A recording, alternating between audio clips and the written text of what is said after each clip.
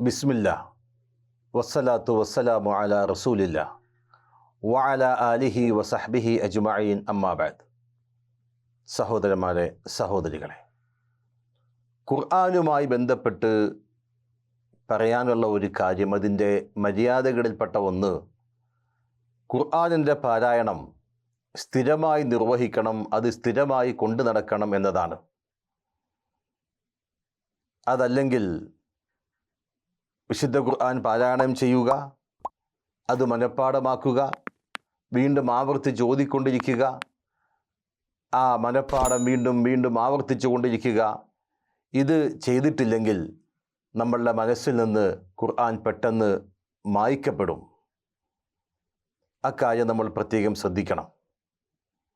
പ്രവാചകൻ സല്ലല്ലാഹു അലൈഹി വസല്ലം പറഞ്ഞതായി ഇബ്നു ഉമർ റളിയല്ലാഹു അൻഹുമാ നിവേദനം ചെയ്യുന്ന ഹദീസിൽ കാണാം.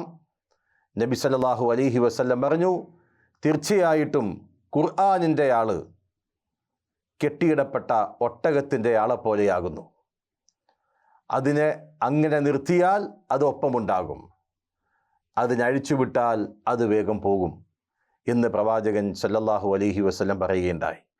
വീണ്ടും നബി സല്ലല്ലാഹു അലൈഹി വസല്ലം പറഞ്ഞു, നിങ്ങൾ ഖുർആനുമായി നിത്യബന്ധം പുലർത്തുക, അതല്ലെങ്കിൽ അത് ഒട്ടകം അതിൽ നിന്ന് പെട്ടെന്ന് ചാടിപ്പോകുന്നത് പോലെ നിങ്ങൾ ചാടിപ്പോകുന്നതാണ്, അത് വേഗം തന്നെ അത് മായ്ക്കപ്പെടുന്നതാണ് എന്ന് നബി സല്ലല്ലാഹു അലൈഹി വസല്ലം പറഞ്ഞതുപോലെ നമ്മൾ ആ കാര്യത്തെ ഉൾക്കൊള്ളുക.